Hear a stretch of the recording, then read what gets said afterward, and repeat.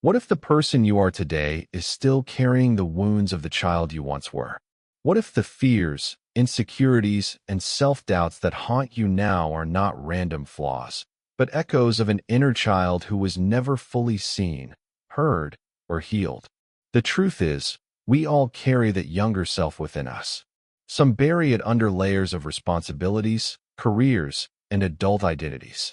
Others feel it leak through in bursts of anger, sadness, or anxiety they can't quite explain. Healing the inner child is not just a poetic idea. It is a real and powerful practice that can transform the way you see yourself, others, and life itself. If you've ever felt like you keep repeating the same painful patterns, or that no matter how much you achieve, something inside still feels restless and incomplete, then this journey is for you.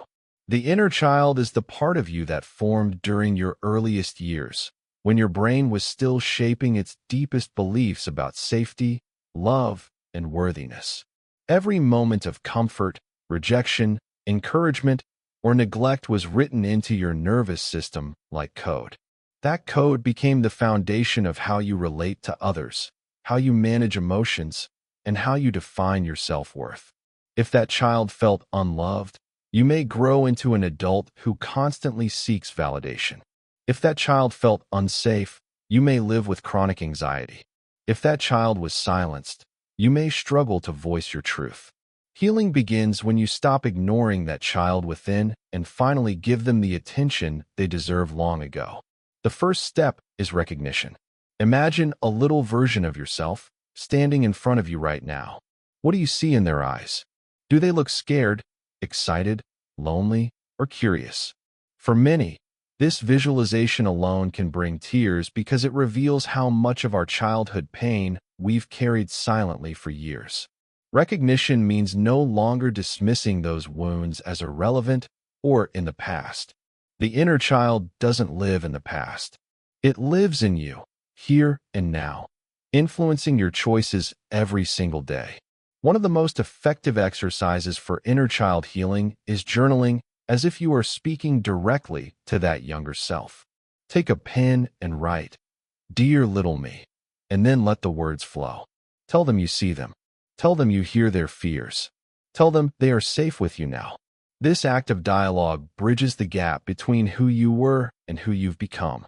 At first, it may feel strange or even silly, but over time, it creates a deep sense of wholeness.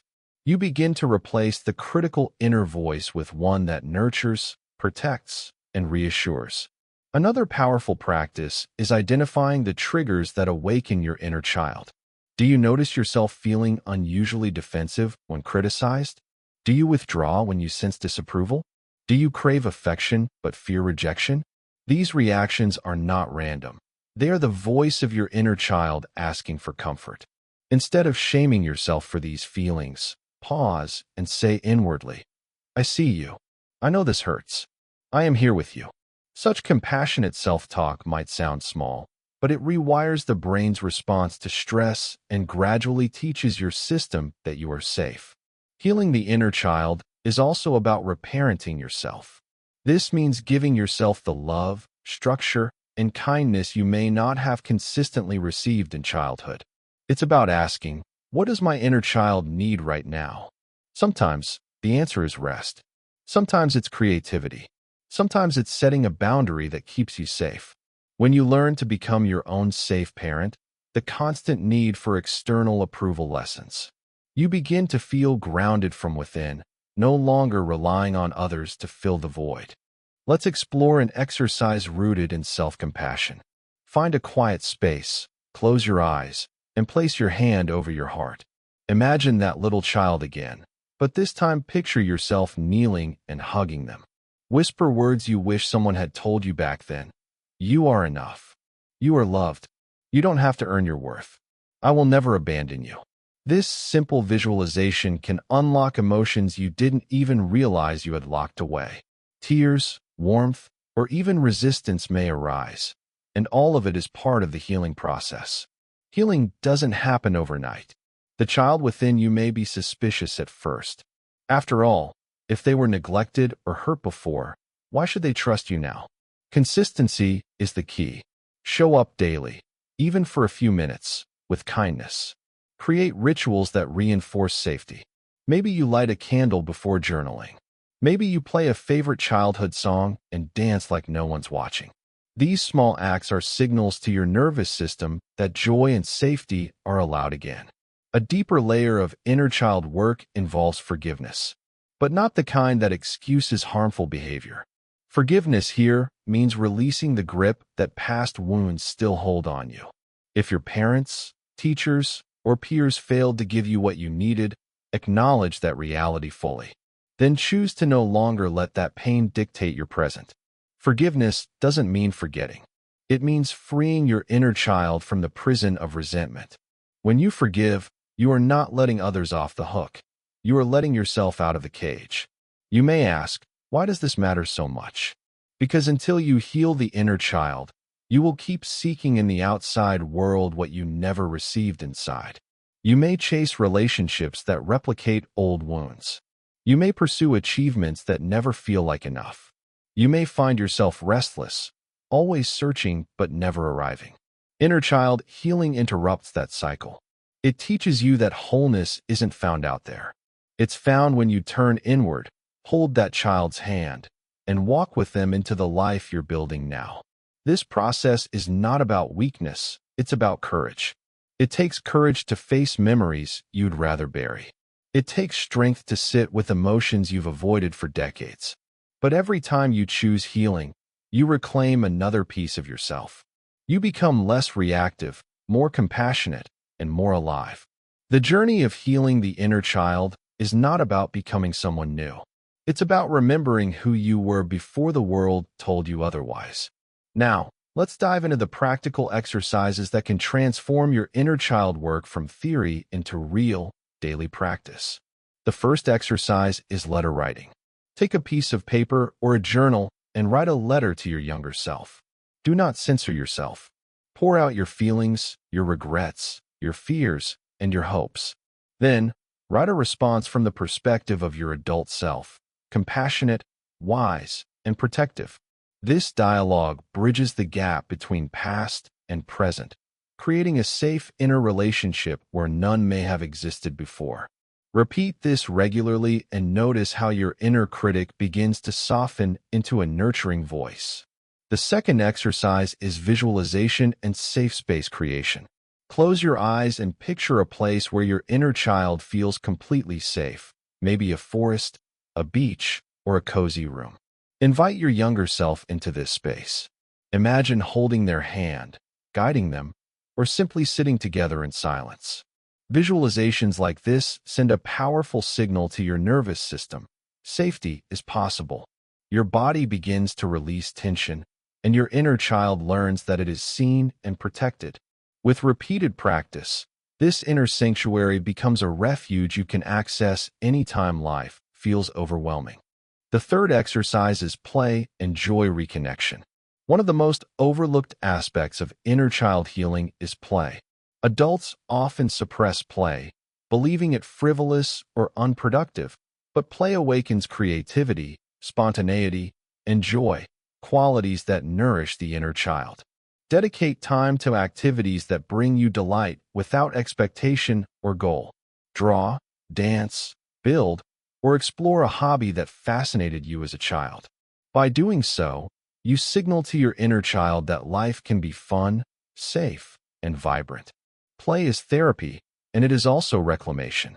The fourth exercise is reparenting through affirmations. Create a list of affirmations that your inner child needed to hear growing up. Phrases like, "You are safe," "You are worthy of love," or "It's okay to feel" can be repeated daily. Stand in front of a mirror and speak these words directly to yourself. Feel the weight of the affirmation as if it is landing on that younger version of you who never got to hear it. Over time, these affirmations rewire the brain and build a foundation of self-trust and confidence. The fifth and final exercise is emotional release rituals. Inner child wounds are often stored in the body as tension, anxiety, or unexplained sadness. Journaling, crying, screaming into a pillow, or moving your body through intense exercise can help release trapped emotions. Label the feelings. I feel hurt. I feel angry. I feel scared. By acknowledging and expressing these emotions, you stop the cycle of suppression and give your inner child the validation it craves. Emotional release is not indulgence. It is acknowledgement, and acknowledgement is healing. Consistency is key. You might feel resistance at first. Your inner child may not trust the exercises or may demand distraction instead. That is normal. Healing is gradual. Commit to even 5 or 10 minutes a day with one of these exercises and gradually increase the time as comfort grows. Small, consistent steps lead to profound transformation. Now, imagine a life where your inner child feels seen, heard, and loved, where you no longer chase external validation to fill old wounds, where your reactions are guided by awareness, not by unconscious triggers. This is what inner child healing can bring: freedom from repetitive patterns, relief from anxiety, and an ability to experience life with presence, joy, and authenticity. Another key aspect is integration with mindfulness. As you practice inner child work, notice when your adult self falls into old defensive patterns. Observe without judgment. Each time you pause and consciously respond instead of react, you reinforce the bond between your present self and your inner child. You teach both parts that life can be approached with curiosity, patience, and love. It's also important to understand that relationships change as a result of this work. When your inner child is healed, you stop projecting old wounds onto others. Conflict diminishes, empathy grows, and connections deepen. You will find yourself more patient, more grounded, and more compassionate because you are no longer seeking others to repair what only you can nurture. Healing the inner child also improves self-discipline. Many adult habits, overeating, overworking, addiction, avoidance, are attempts to soothe unmet childhood needs. As you reconnect with and nurture your inner child, these behaviors gradually lose power. You gain clarity, focus, and self-respect. Daily tasks no longer feel like obligations to survive, but as conscious choices aligned with your values and emotional well-being. So let me leave you with this. What small step can you take today to comfort your inner child? Could it be writing a letter, creating a safe space, dancing like no one's watching, speaking affirmations, or simply sitting with your feelings?